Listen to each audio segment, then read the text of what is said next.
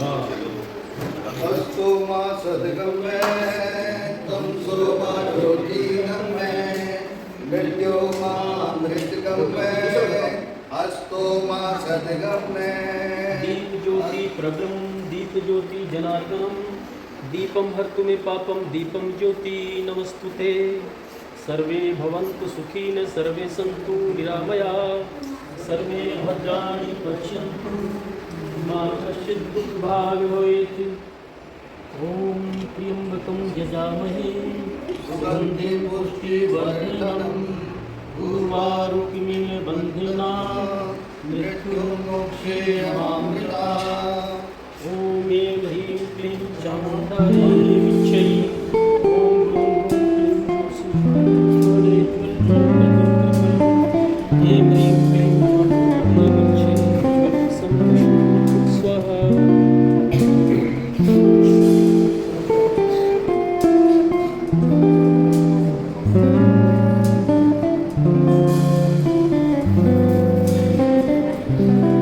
पुष्पांजलि सब लोग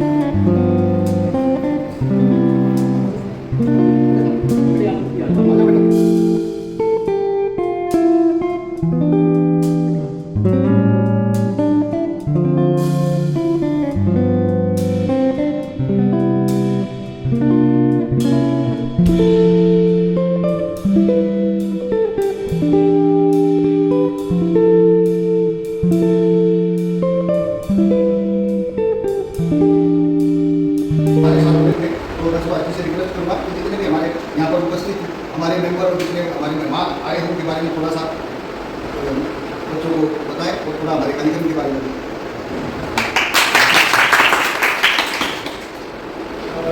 सम्मानित मंत्री थोड़ा सा बैठे हैं।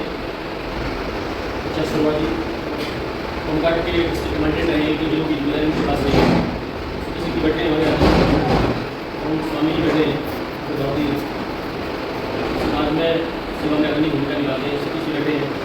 और लोकसभा विभाग से इंडिया विभाग से फ्लैग के इंस्पेक्टर रहे हैं वहाँ पर नाट्य विभाग में और ढोलक के बहुत कमाल के विशेषज्ञ हैं और सब बैठे। साथी का नाम है रामचंद्र जी जन्म दिया गया। सत्यवान शर्मा जी इस कार्यक्रम को पिछले 26 साल से ऑर्गेनाइज कर रहे हैं वर्कशॉप पे छुट्टियों के दौरान और हरियाणा की बहुत जाने मानी जाएगा। बच्चों मैं कहीं पढ़ता था कि काल में रोग लाना जिंदगी के वास्ते सिर्फ सेहत के सहारे बन गई है। जब हम लोगों को तालीम भी हासिल हो जाती है हम बहुत पढ़े लिख जाते हैं जैसे हम लोगों ने डॉक्टरेट किया हुआ है PhD किया हुआ है MPhil किया हुआ है बहुत सारी पढ़ाई की नौकरी भी मिल गई प्रोफेसर बन गई कॉलेज में। ये लाभ बसकर जिंदगी में बहुत सारी चीज़ें हैं। ऐसे लोगों से थोड़ी बहुत जान पहचान की जो सामने मंच पर बैठ रहे हैं लेकिन जिंदगी में बहुत कमी महसूस होती है। बहुत सारे लोगों को हम देखते हैं यदि आपके पास अपना कोई हुनर नहीं है ना आपके पास अपनी कोई कला नहीं है ना तो आपके पास कितना ही पैसा रहे कितने बड़े उद्योग पर आप चले जाएंगे। एक तो होता बाहर से दुआ सलाम होना राम नमी होना नमस्ते जी मेरे साथ में अच्छी डाल के गाड़ी में अच्छे बाहरी आवरण है हमारी जिंदगी का बड़ी घर में आप रहने लगते हैं लेकिन एक होता है इनर सेटिस्फेक्शन। कई लोगों को आपने देखा होगा मुझे पता नहीं एग्जाम्पल देना चाहिए कि नहीं देना चाहिए।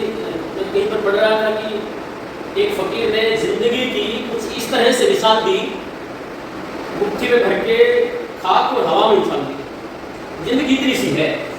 कुछ लोगों को आपने गीत गाते बहुत मस्ती से देखा होगा कुछ लोगों को ध्यान में बैठे हुए देखा होगा कुछ लोगों को कोई वाद्य यंत्र जैसे हारमोनियम या बैंजो या बांसुरी या तबला कुछ बजाते हुए वो अपनी ज़िंदगी में मस्त रहते हैं।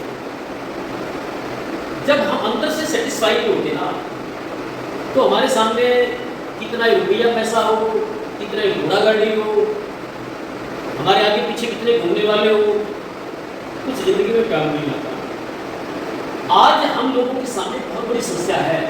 इस पीढ़ी के लोगों के साथ तो कम है, क्योंकि हम लोग घर वालों की पिटाई खाते खाते बड़े हुए हैं। हमारे माँ बाप छोटा सा भी वो हो जाए, देर से उठते तभी खाट को पकड़ के मुक्का मार दिया करते, ऐसे पलट दिया करते, खाट पिटाई कर दिया करते। पड़ोस के भी जो हमसे बड़े होते थे वो हमारी पिटाई करते थे, छोटी सी गलती वो पता नहीं गलती होती थी कि नहीं होती थी, लेकिन वो थप्पड़ मार देते थे। हमने टीचर्स की कितनी पिटाई खाई, कितने डंडे खाए थे। इसलिए हमारे लिए वो जो चीजें ना डिप्रेशन में लाने वाली, हम ऐसी परिस्थितियों में पैदा हुए, पले बड़े हैं कि हमारे सामने कोई भी समस्या आ जाए हमारे लिए बड़ी लगती, क्योंकि पैदा ही वहीं से उतरा है। इसलिए हमारे को डिप्रेशन नहीं डाल सकता, हमारे को कोई सुसाइड करने के लिए मजबूर नहीं कर सकता। अगर एक दिन रोटी ना मिले, मतलब कुछ भी हो जाए, तो हम मरने की नहीं सोच सकते, क्योंकि हमको पैदा ही इसी जगह उठे। आप लोगों के सामने एक बहुत बड़ी समस्या ये हो गई है इस पीढ़ी के साथ कि ना तो घर वालों की हिम्मत आपको धमकाने की, मम्मी ने कुछ बोल दिया, पापा ने कुछ बोल दिया, बड़े भाई बहन ने कुछ बोल दिया, तो बच्चे सुसाइड कर लेते हैं। मैं इतनी होगी छोटे छोटे बच्चों में, इतना संकट पैदा होगा इस पीढ़ी के साथ। हम में से जिसके बच्चे 10वीं 12वीं क्लास तक BA तक पढ़ने वाले हैं, किसी माँ बाप की ये हिम्मत नहीं रही कि वो सो रही है तो उसको उठा दे, या वो 12-1 बजे तक फोन में लग रही है, कि फोन इसको रखे तो सो के मिल जाता है। किसी की हिम्मत नहीं रही, क्यों? इतना डर हो गया है, एक डेढ़ 12 कैसे हो गया, इतना डरने लगे। पहले हम अपने माँ बाप से डरते थे, आप माँ बाप भी बच्चों से डरने लगे। ये जो वर्कशॉप बदल रहे हैं, संगीत में यदि आपने कभी देखा हो, नहीं देखा तो अभी देखेंगे। हम लोग स्कूल में तो जाते हैं, सब लोग टीचर को नमस्ते नहीं कर देते, हम तो पहले पैर छूकर वैसे नमस्ते करते थे। आजकल तो बच्चे गुड मॉर्निंग मतलब यूँ भी नहीं करते। आज जोड़ना तो दूर की बात है। मैं कॉलेज में जाता हूँ तो बच्चे good morning sir, good morning, मैं याद जोड़ता हूँ, क्योंकि उनके संस्कार नहीं इस प्रकार के। ये जो वर्कशॉप है ना, आपने जो संगीत से प्रेम करने वाले, मोहब्बत करने वाले लोग था, वो अपने गुरुओं का, दूसरे लोगों का सम्मान कर लेते हुए बहुत सम्मान करने वाले लोग होते हैं। तो मैं समझता हूँ कि यहाँ ना केवल आप डांस सीखने वाले हैं। सत्यवान शर्मा जी हमारे से सीनियर थे कॉलेज में, हिंदू कॉलेज में पढ़ते थे, मैं इनका जूनियर हुआ करता था। मैं थोड़ा सा गा लेता था कभी कभी, क्योंकि हमारे ढोलक वादक होते थे, जब यूथ फेस्टिवल में जाते थे तो सूरज गुरु जी को हमारे बीच में उनको याद करते थे और ये हमारे को सिखाते थे, एक आध आदमी को गालियाँ देता। ये आदमी तो पूरे इंडिया में छाया हुआ थे, बम्बई भी जाकर कर आए, फिल्मों में भी उन्होंने काम किया है।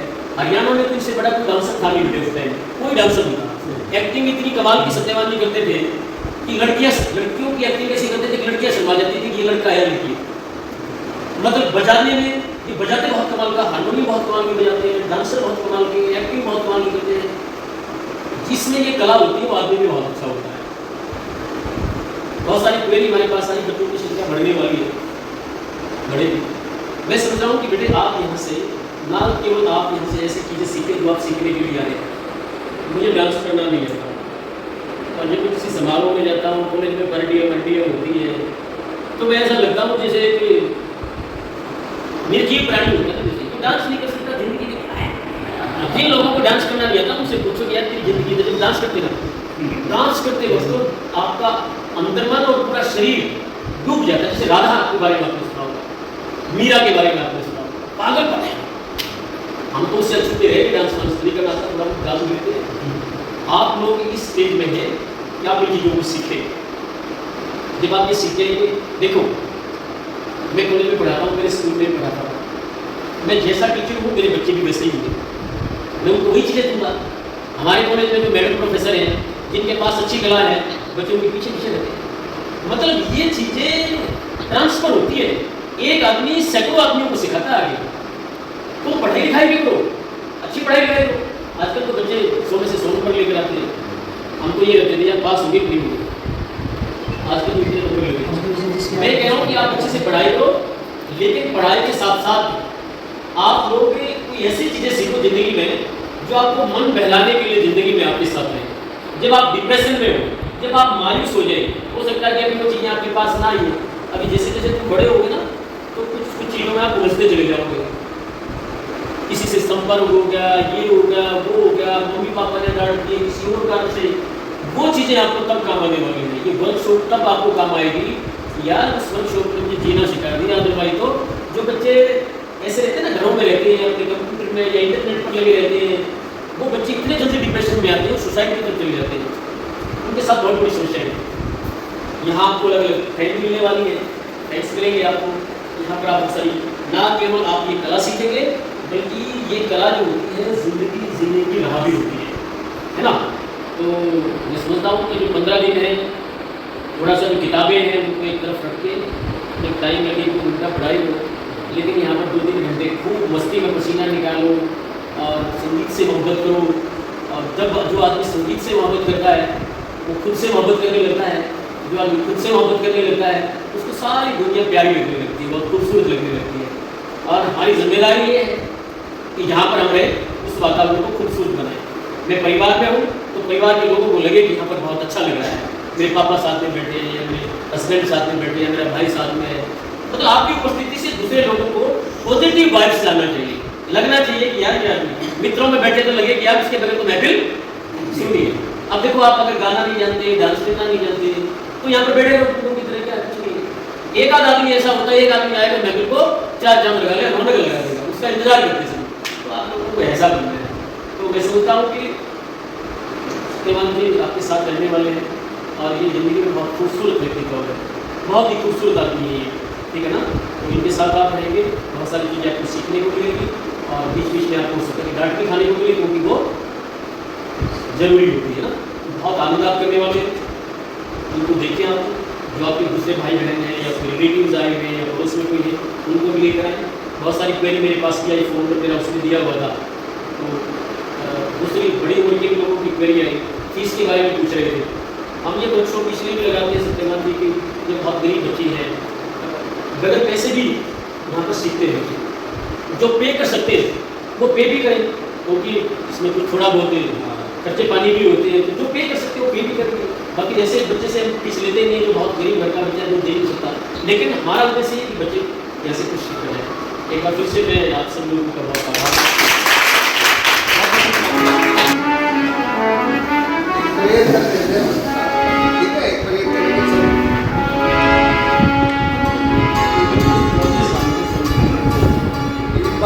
उच्चारण करेंगे।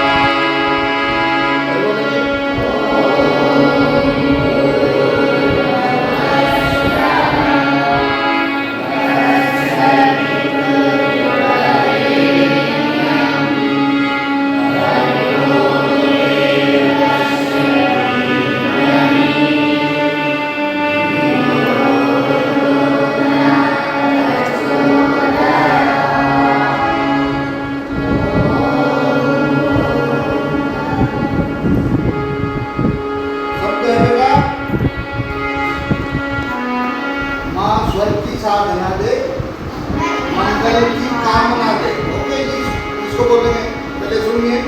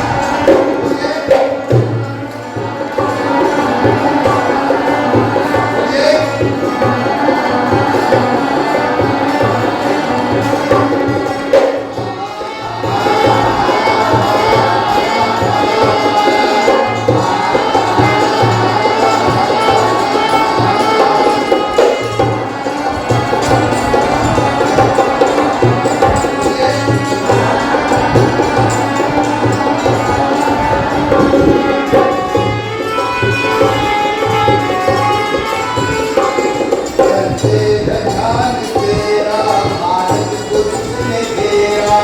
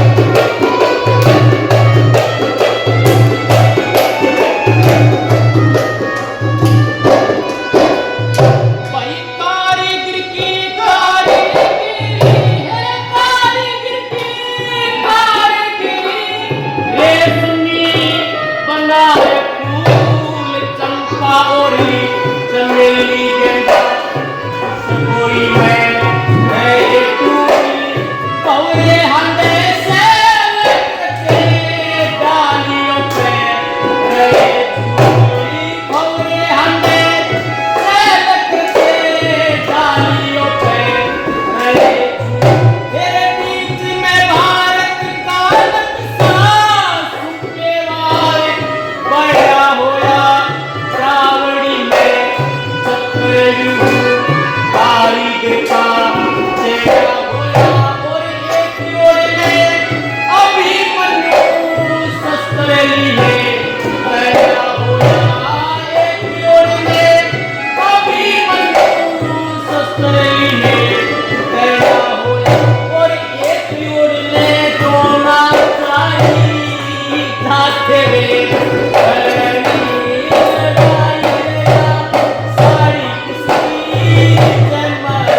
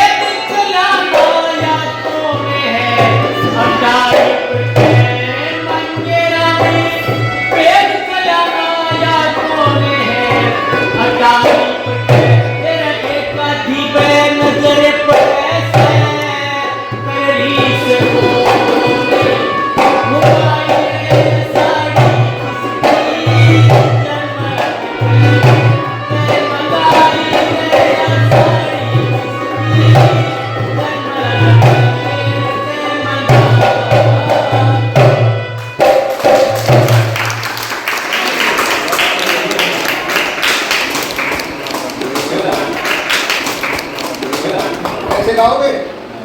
ये आपको समझ में तो आई नहीं होगी। ये ना इतिहास की रागनी है। जब मैं पता राजस्थान में हुए और उस समय की कहानी है, तो जो उसको जानता हो उसकी समझ में आती है। चलो काफी दिन में गाया स्वरवर की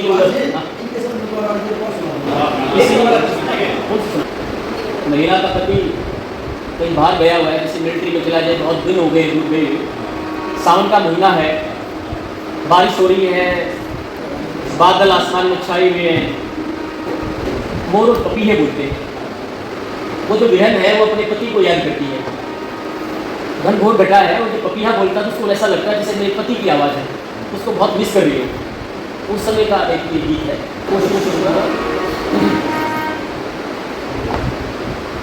पी पी पपीहा बोला बाग में,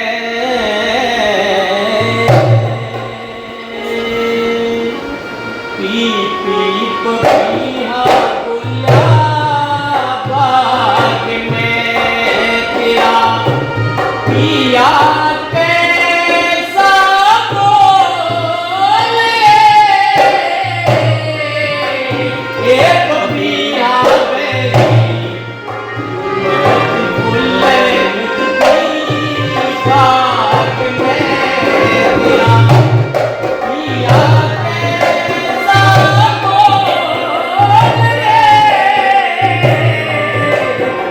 पपीहा